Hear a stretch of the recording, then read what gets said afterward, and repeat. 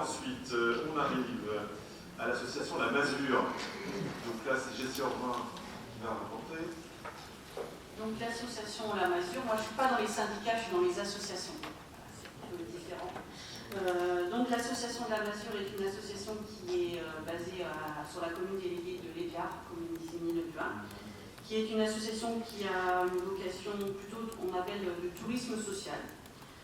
Donc elle a pour vocation de développer des activités sportives de plein air, de promouvoir le secteur de l'éducation populaire par les pratiques d'activités socio-éducatives et culturelles, d'accueillir des randonneurs, des familles, des groupes divers, et de mettre en place des formations et de participer à l'animation et au développement local.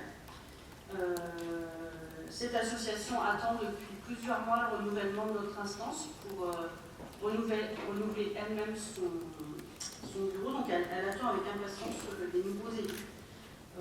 Puisque comme vous le savez tous, il y a un enjeu important autour de la vallée de la Céline et de cette structure qui est, je vous le rappelle, qui a une délégation de service public de l'agglomération. Donc on va arriver au terme de cette DSP le 31 décembre 2021. Donc il va falloir prévoir la suite avec cette association et revoir aussi le projet peut-être de l'agglomération pour cette structure. Donc les statuts prévoient un certain nombre de représentants. Pour ce qui nous concerne, en tout cas moi ce qui me concerne, donc le maire d'Isigny-le-Buin, j'y suis de droit.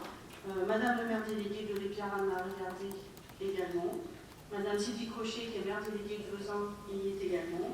Donc le président du SAGE, son représentant. Donc le président de la communauté d'agglomération Mont-Saint-Michel-Normandie, donc David Nicolas, et 2 conseillers communautaires qu'il nous faut désigner aujourd'hui, et le directeur de la direction départementale de la BCS.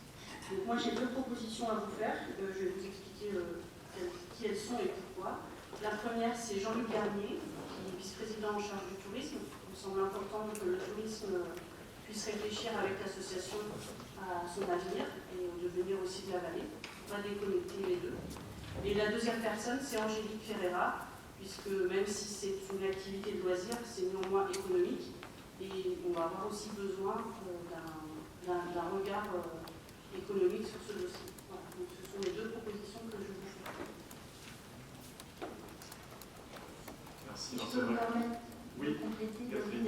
C'est très important effectivement que le vice-président en charge du tourisme soit présent sur la mesure, effectivement pour les enjeux touristiques, pour toute la partie chemin, mais jusqu'à présent la mesure était dans le portefeuille du tourisme. Alors peut-être que ça va changer, je ne sais pas comment vous allez faire les choses, mais donc d'où l'importance qu'il y ait le VP tourisme voilà, qui siège dans l'association qui a effectivement délégation sous forme de DSP pour gérer la nation.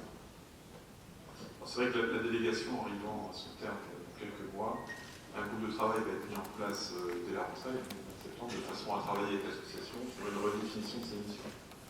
Le tourisme social, oui.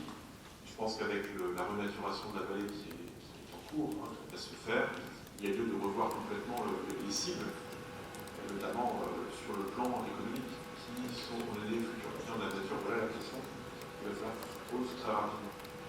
Il y a d'autres marchés à les conquérir que ceux qui jusqu'alors constituaient la clientèle ordinaire de cette base de loisirs.